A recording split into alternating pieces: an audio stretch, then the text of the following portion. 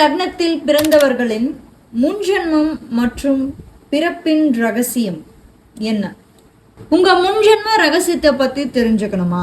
நீங்க யாரு, எப்படிப்பட்டவங்க, உங்க பிறப்பின் ரகசியம் என்ன, இந்த மாதிரி பிரபஞ்சத்தின் ரகசியத்தை பத்தி தெரிஞ்சுக்கணும்னா நம்ம சேனல்ல தான் நீங்க இதெல்லாம் தெரிஞ்சுக்க முடியும். ஸோ அதனால சப்ஸ்கிரைப் பண்ணாதவங்க இன்னும் வீடியோ பார்த்துட்டு இருக்கீங்கன்னா அப்படின்னா சப்ஸ்கிரைப் பண்ணிக்கோங்க மக்களே. இந்த வீடியோவை ஸ்கிப் பண்ணாதீங்க, ஏன்னா உங்களை பற்றி தான் நான் சொல்ல போகிறேன், உங்களோட முன் ஜென்மத்தை பற்றி தான் நான் சொல்ல போகிறேன். ஸோ ஸ்கிப் பண்ணாம வீடியோவை ஃபுல்லாக பாருங்கள். அந்த கன்சல்டேஷன் வேணும்னு நினைக்கிறவங்க மேலே இருக்கக்கூடிய என்னோட வாட்ஸ்அப் நம்பருக்கு உங்களுடைய டீட்டெயில்ஸை நீங்கள் அனுப்பி வைக்கலாம். வீடியோக்குள்ளே போகிறதுக்கு முன்னாடி நான் ஒரு சில விஷயங்களை சொல்லிடுறேன். ஒரு அஸ்ட்ராலஜர் நான் ஒரு வீடியோ போட்டிருந்தேன், இதே மாதிரி 12 லக்னத்தில் பிறந்தவங்களுக்கான முன் ஜென்மம் என்ன அப்படின்னு சொல்லி போட்டிருந்தேன். பார்ட் 1, இது பார்ட் 2. அதில் அவர் நான் உருட்டுறேன், இதெல்லாம் என்னோட கற்பனை கதை அப்படின்ற மாதிரி சொல்லியிருந்தாரு. ஸோ நான் ஒரு விஷயத்த அவருக்கு நான் தெளிவுபடுத்தணும்னு நினைக்கிறேன். ஜோதிடம் என்பது செல்ஃப் ரியலைசேஷன் சார், நல்லா புரிஞ்சுக்கோங்க. செல்ஃப் ரியலைசேஷன், ஏன்னா ஜோதிடத்தில் முக்காலத்தையும் நம்மளால் உணர முடியும். அதாவது கடந்த காலம், நிகழ்காலம், எதிர்காலம். சரிங்களா? ஸோ நீங்கள் எதிர்காலத்தை மட்டும் தேடி போறீங்கல்ல, இந்த ராசிக்கு எப்படி இருக்கும், அடுத்த வருஷம் எப்படி இருக்கும், அதுக்கு அடுத்த வருஷம் எப்படி இருக்கும்னு கேட்டுட்டு நீங்கள் தேடிட்டு போறீங்கல்ல, அதே மாதிரி 3 காலங்களை பற்றியுமே நம்ம தெரிஞ்சுக்க முடியும். இங்கே மக்கள் எல்லாருக்குமே எதிர்காலத்தை பற்றி தெரிஞ்சுக்கணுன்னு தான் இன்ட்ரெஸ்ட் அதிகம். ஆனால் நான் என்ன பண்ணேன், உங்களோட கடந்த காலத்தை போய் ஆராய்ச்சி பண்ணி உங்ககிட்ட சொல்லிட்டு இருக்கேன். ஸோ அதே மாதிரி அவரோட ஜாதகத்தில் இந்த அஸ்ட்ராலஜரோட ஜாதகம் நீங்கள் சொன்னீங்க இல்லையா சார், கமெண்ட் போட்டிங்கல்ல, உங்களோட ஜாதகத்தில் குரு கேது காம்பினேஷன் நல்லா இருந்ததுன்னா கண்டிப்பாக உங்களாலையும் இந்த செல்ஃப் ரியலைசேஷன் கொண்டு வர முடியும். ஸோ ஜோதிடம் என்பது ஒரு டிவைன் நாலேஜ்ங்க. ஜோதிடம் என்பது ஒரு தெய்வீக கலை, நம் வாழ்க்கையோடைய வழிகாட்டியே ஜோதிடம் தான். ஸோ ஜோதிடத்தை தெய்வீக கலை நான் சொல்றதை எத்தனை பேர் சப்போர்ட் பண்றீங்க, ஆதரவு கொடுக்குறீங்க அப்படின்றத கமெண்ட் செக்ஷன்ல உங்களோட ஆதரவை சொல்லுங்க. ஜோதிடம் என்பது தெய்வீக கலை அப்படின்னு நம்மளோட சேனலோட கமெண்ட் செக்ஷன்ல கீழே, இந்த வீடியோ கீழே சொல்லுங்க. எத்தனை பேர் ஆதரவு கொடுக்குறீங்க, சப்போர்ட் கொடுக்குறீங்க, அதை நான் தெரிஞ்சுக்கிறேன். ஓகே மக்களே, நான் ஆல்ரெடி பாத்தீங்கன்னா மேஷம், ரிஷபம், மிதுனம் முன்ஜென்ம பிறப்பின் ரகசியம் என்ன, எதுக்காக அவங்க பிறந்தாங்க அப்படின்னு சொல்லிட்டு நான் வீடியோ போட்டாச்சு. அதோட வீடியோட தொடர்ச்சி தான் இது, பாகம் 2. இந்த பாகத்துல மற்ற இருக்கக்கூடிய 12 லக்னங்கள் இருக்கு, அதை பத்தி நம்ம விரிவா பார்க்க போறோம். ஸோ முதல்ல கடகத்துல பிறந்தவங்க, ஸோ மேஷம், ரிஷபம், மிதுனம் கமெண்ட் செக்ஷன்ல இருக்கு, போய் பார்த்துக்கோங்க. கடகத்துல பிறந்தவங்க எப்படி இருக்கும், அவங்களோட முன் ஜென்மம் எப்படி இருக்கும், வீடியோக்குள்ள போறதுக்கு முன்னாடி இது ரொம்ப முக்கியமான வீடியோ மக்களே, நல்லா தெளிவாக கேளுங்க. இதை உங்கள் நண்பர்களுக்கும் ஃப்ரெண்ட்ஸுக்கும் அதுக்கப்புறம் உறவினர்கள் அக்கம் பக்கத்தில் இருக்கவங்களுக்குலாம் கொஞ்சம் ஷேர் பண்ணுங்கள். ஏன்னா இது ரொம்ப ஒரு சீக்ரெட்டான ஒரு விஷயம், என்னுடைய கண்டுபிடிப்பு. ஸோ அதனால் கண்டிப்பாக அவங்களோட லைஃபுக்கு இது ரொம்ப யூஸ்ஃபுல்லாக ஒரு பயனுள்ளதாக இருக்கும். கடகம் அப்படின்னா என்னது, காலச்சக்கரத்துக்கு 4ஆம் வீடு. கடகத்துக்கு நேர் ஆப்போசிட்ல இருக்கிறது என்னது, மகரம். ஸோ அப்போ நீங்கள் எதுக்காக கடக லக்னத்தில் நீங்கள் பிறந்திருப்பீங்க அப்படின்னு பார்த்தீங்கன்னா, உங்கள் என்டையர் ஃபோக்கஸ் பாஸ்ட் லைஃப்பில் பார்த்தீங்கன்னா மகரத்தை நோக்கி தான் இருக்கும். எப்படி நான் சொல்கிறேன்னா, கடகத்துக்கு எது நேர் ஆப்போசிட், எது மகரம் இல்லையா? ஸோ அதுதான் உங்கள் என்டையர் பாஸ்ட் லைஃபோட ஃபோக்கஸ். அதே மாதிரி சிம்மத்துக்கு நேர் ஆப்போசிட் எது, கும்பம். ஸோ அப்போ கும்பம் தான் உங்களோட என்டையர் ஃபோக்கஸ் உங்கள் பாஸ்ட் லைஃப்பில். இப்படி தான் நீங்கள் கண்டுபிடிக்க முடியும் உங்களோட ஜாதகத்தில். அப்போ கடகமாக நீங்கள் கடக லக்னமாக நீங்கள் பிறந்ததுக்கு காரணம் என்னவா இருக்கும்னா, நீங்கள் பாஸ்ட் லைஃப்பில் எப்பயுமே வேலை ஒர்க்கு எத்திக்ஸு, உங்களோட அங்கீகாரம், உங்களோட ஸ்டேட்டஸ், உங்களோட ரேங்கிங், அதாவது ஒர்க்கில் பார்த்தீங்கன்னா நீங்கள் டாப் மோஸ்ட் லெவலுக்கு வரணும்னு எப்போ பார்த்தாலுமே வேலையிலேயே ஒரு கண்ணும் கருத்துமாக இருந்திருப்பீங்க. அண்ட் நல்ல ஒரு பதவியில் இருக்கணும், நல்ல ஒரு பொசிஷனில் இருக்கணும் அப்படின்னு சொல்லி. கடகம் என்பது குடும்பத்தை சம்மந்தப்பட்டது, கடகம் என்பது தாயை சம்மந்தப்பட்டது. நீங்கள் என்ன பண்ணுவீங்க, மகரம் மாதிரி சனி மாதிரியே ஒரு கோல் ஓரியன்டாக ஃபோக்கஸ்டாக உங்கள் வேலையில் இருந்திருப்பீங்க. இதனால என்ன ஆயிருக்கும், கடைசி கட்டங்கள் என்ன ஆயிருக்கும் அப்படின்னு பார்த்தீங்கன்னா, என்னடா இது, நம்ம அம்மாவை பார்த்துக்கலையா, நம்ம குடும்பத்தை பார்த்துக்கலையா, அம்மா நம்மளை வந்து கூப்பிட்டாங்களே, பல வாட்டி நம்ம ஒர்க்ல இருக்கும்போது கூப்பிட்டாங்களே, ஆனா நம்ம என்ன பண்ணிட்டு இருந்தோம், 18 ஹவர்ஸா உட்காந்து வேலை பார்த்துட்டு இருந்தோம். நம்ம குடும்பத்தை பார்த்துக்கல, நம்ம எமோஷன்ஸா அவங்க கிட்ட கொட்டவே இல்லை. ஏன்னா கடகம்ன்றது ஹைலி எமோஷன்ஸ், புரியுதுங்களா? அந்த ஒரு எமோஷனல் சப்போர்ட் வந்து கடகத்துக்கு தேவை. ஆனா மகரம் அப்படின்றது ஒரு திடராசி. அப்போ வந்து அங்கே வந்து கோல் ஓரியன்டோ ஃபோக்கஸ் தான் அங்கே வந்து அதிகமாக இருக்கும் கேப்ரிகானில், மகரத்தில். ஸோ அதனால அவங்க வந்து ஆல்வேஸ் அந்த ஒர்க்குக்காக அவங்க ஸ்பெண்ட் பண்ண டைமை வந்து இப்போ அப்படியே வந்து ஃபேமிலிக்காக வந்து ஸ்பெண்ட் பண்ணுற மாதிரி ஆகிடும். 24/7 ஃபேமிலிக்காகவே இருக்கிற மாதிரி ஆகிடும். இப்போ கடக லக்னக்காரங்களை நீங்கள் போய் கேட்டு பாருங்களேன், எப்போ பார்த்தாலும் ஃபேமிலியை பற்றி யோசிச்சுட்டு இருப்பாங்க, அம்மாவை பற்றி யோசிச்சுட்டு இருப்பாங்க, ஃபேமிலி எப்படி இம்ப்ரூவ் பண்ணுறது. இப்போ அவங்க எமோஷன்ஸ் எல்லாத்தையுமே கொண்டு போய் எங்கே கொட்டுவாங்க, வீட்டில் கொட்டுவாங்க, அம்மா கிட்ட கொட்டுவாங்க. இதுக்கு முன்னாடி அவங்க என்ன பண்ணிட்டு இருந்தாங்க, ஒர்க்கு தான் எனக்கு எல்லாமே, வேலை தான் என்னோட எல்லாமே, கரியர் ஓரியன்டாவே இருந்த இவங்க இப்போ வந்து கேரிங்காகவும் அன்பாகவும் பாசமாகவும் இரக்கமாகவும் எப்பயுமே வந்து ஒரு குடும்பத்தோட ஒரு இணக்கமாக அவங்க வந்து வாழ்ந்திருப்பாங்க. அவங்களோட லவ் அண்ட் கேர் சப்போர்ட் வந்து இப்போ வந்து ஃபேமிலிக்கு அவங்க கொடுக்க ஆரம்பிப்பாங்க. அடுத்து சிம்மம். சிம்மத்துக்கு நேர் ஆப்போசிட் என்னவா இருக்கு, கும்பமா இருக்கு இல்லையா?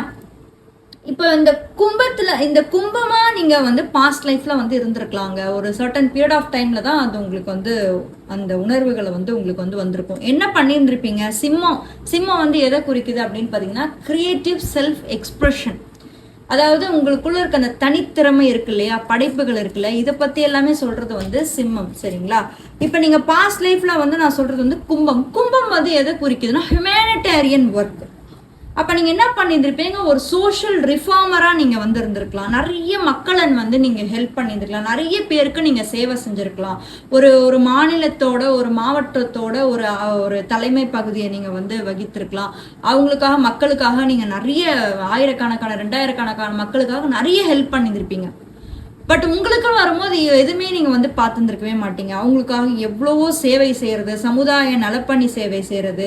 ஸோ அந்த பீப்புள் வந்து அதுக்காக உங்களை அப்ரிஷியேட் பண்ணியிருப்பாங்க. அப்பா, இவர் இத்தனை பேருக்கு நிறைய நல்ல விஷயங்கள் எல்லாமே செய்யறாரு, இவ்வளோ விஷயம் பண்றாரு. ஏன்னா கும்பம் அப்படின்றது சனியோட வீடு தான், அது ஹியூமனிடேரியன் ஒர்க்கு குறிக்கக்கூடிய ஒரு வீடு, ஓகேங்களா? அப்ப நீங்க சிம்மம் வந்து இந்த பிறவியில வந்து சிம்ம லக்னமா பிறக்கிறதுக்கான காரணம், இப்போ உங்களை நீங்களே வந்து பார்த்துப்பீங்க. நீங்க ரொம்ப அட்ராக்டிவா இருக்கணும்னு நினைப்பீங்க, நீங்க ரொம்ப அழகா இருக்கணும்னு நினைப்பீங்க, நீங்க ரொம்ப ஆர்டிஸ்டிக் டேலண்ட்ஸும் கிரியேட்டிவிட்டியா எப்பயுமே இருக்கணும்னு நினைப்பீங்க. அதே மாதிரி அடுத்தவங்கள உங்களை ப்ரைஸ் பண்ணணும்னு நினைப்பீங்க. அதாவது உங்களோட அப்பியரன்ஸ்னாலையும் உங்களோட கிரியேட்டிவ் டேலண்ட்ஸ், உங்களோட கற்பனை திறன், உங்களோட படைப்பு, இதன் மூலியமா அடுத்தவங்க உங்களை வந்து பாராட்டணும் அப்படின்னு வந்து நீங்க நினைப்பீங்க. மொத்த அட்டென்ஷனும் உங்க மேல வைக்கணும், கவன ஈர்ப்பு மொத்தமும் உங்க வேலை வரணும். ஏன்னா இதுக்கு முன்னாடி பாஸ்ட் லைஃப்ல என்ன ஆயிருக்கும் அப்படின்னு பாத்தீங்கன்னா, அடுத்தவங்களுக்காக வாழ்ந்து அதன் மூலமா பாராட்டுக்கள் வாங்கியிருப்பீங்க.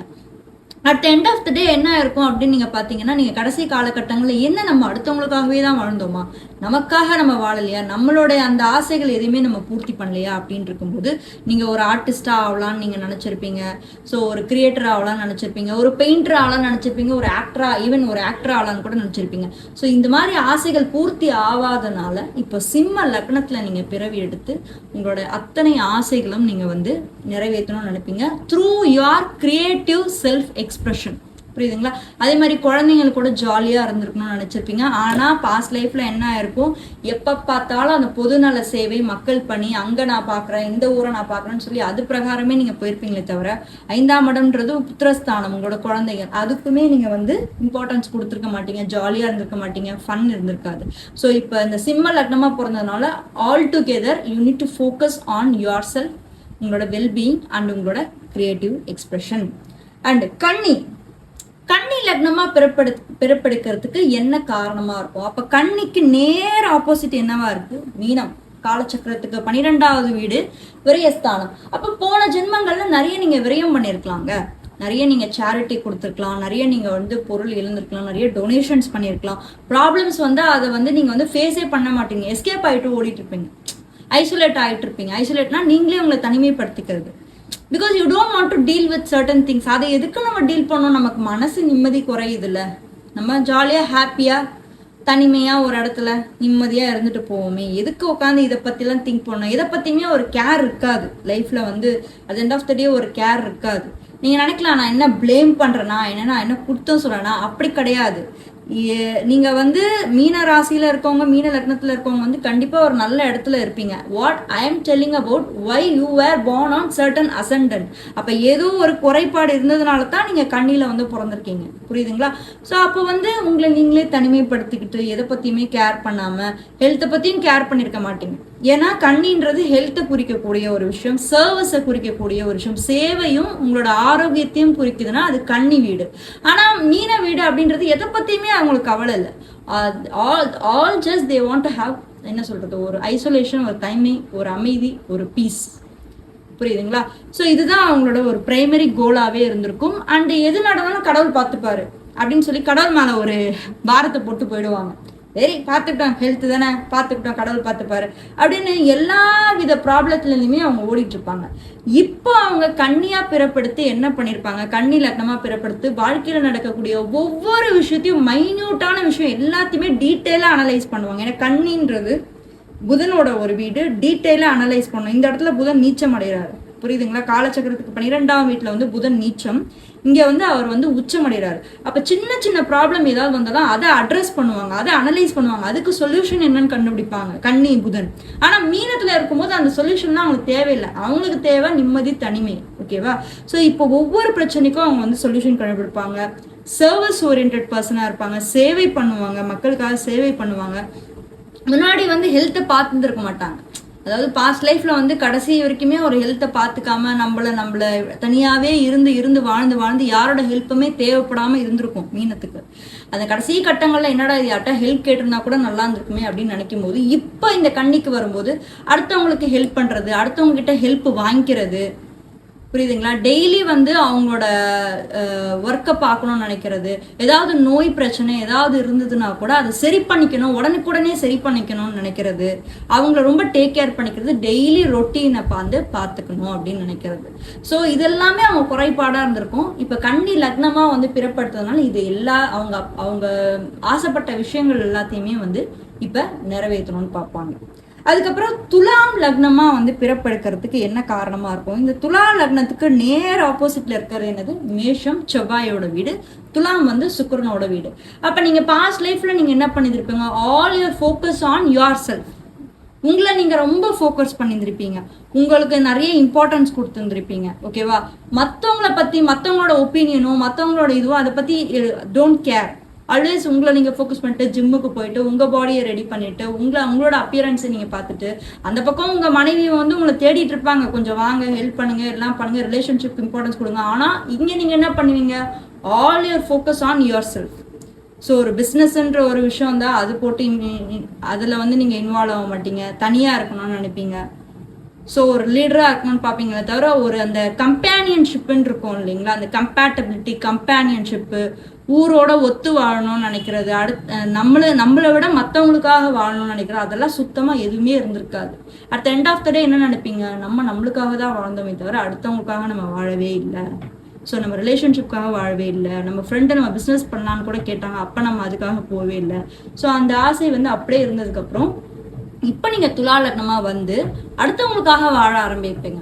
ஃபோக்கஸ் ஆன் அதர் பீப்புள், புரியுதுங்களா? More than yourself, your focus will be on other people. So relationship வருதுன்னா அது எப்படி பேலன்ஸ் பண்ணுறது, அது எப்படி ப்ராப்ளம் வராது, அது எப்படி சால்வ் பண்ணி வைக்கிறது. ஏன்னா துலாத்துக்கு கொடுத்துருக்க சிம்பிள் வந்து பார்த்தீங்கன்னா துலா, அவங்க ரிலேஷன்ஷிப்காகவும் அவங்க மேரேஜுக்காகவும் அவங்க வந்து அதிகப்படியான இம்பார்ட்டன்ஸ் கொடுப்பாங்க. And they always have maintain some balance between work life and then personal life. இது ரெண்டுத்தையுமே வந்து இப்போ அவங்க பேலன்ஸ் பண்ண கற்றுப்பாங்க. அவங்க வந்து இன்னும் வந்து எப்படி சொல்கிறது, அது எக்ஸ்பீரியன்ஸான எக்ஸ்பர்ட் கிடையாது, அவங்க கற்றுப்பாங்க. இப்போ இந்த பர்த்தில் வந்து இந்த பிறவியில் துலா லக்னத்தில் பிறந்தவங்க ரெண்டுத்தையுமே எப்படி வந்து பேலன்ஸ் பண்ணுறது அப்படின்ற விஷயத்த வந்து கற்றுக்கிட்டு வாழ ஆரம்பிப்பாங்க. அண்டு மக்களே, நான் வந்து விருட்சக ராசியை பற்றி அடுத்த வீடியோவில் நான் சொல்கிறேன். ஏன்னா விருட்சகம் ரொம்ப ரகசியமான ராசி இல்லையா, அது ரொம்ப சீக்ரெட்டிவான ஒரு சைன். ஸோ அதை எப்படி நம்ம இப்போவே வெளியே நம்ம சொல்ல முடியும்? ஸோ அதோட சீக்ரெட்டை, அதோட ரகசியத்தை நான் அடுத்த வீடியோவில் உங்களுக்கு ரிவீல் பண்ணுறேன், சொல்கிறேன். ஸோ இந்த வீடியோ உங்களுக்கு பிடிச்சிருந்தது அப்படின்னா லைக் பண்ணுங்கள், கமெண்ட் பண்ணுங்க, நிறைய பேருக்கு ஷேர் பண்ண மறக்காதீங்க. புரியுதுங்களா? இந்த மாதிரி ரகசியங்கள் எல்லாமே இன்டர்நெட்ல ஒரு சில இடங்கள்ல தான் கிடைக்கும். ஸோ இதெல்லாமே வந்து நீங்க ஷேர் பண்ணீங்கன்னா நிச்சயமா அடுத்தவங்களுக்கும் ஒரு பயனுள்ள ஒரு வீடியோவா இருக்கும். பார்ட் 3 வேணும்னு நினைக்கிறவங்க கமெண்ட் செக்ஷனுக்கு வாங்க. கமெண்ட் செக்ஷன்ல வந்து பார்ட் 3 வேணும் அப்படின்றத சொல்லுங்க.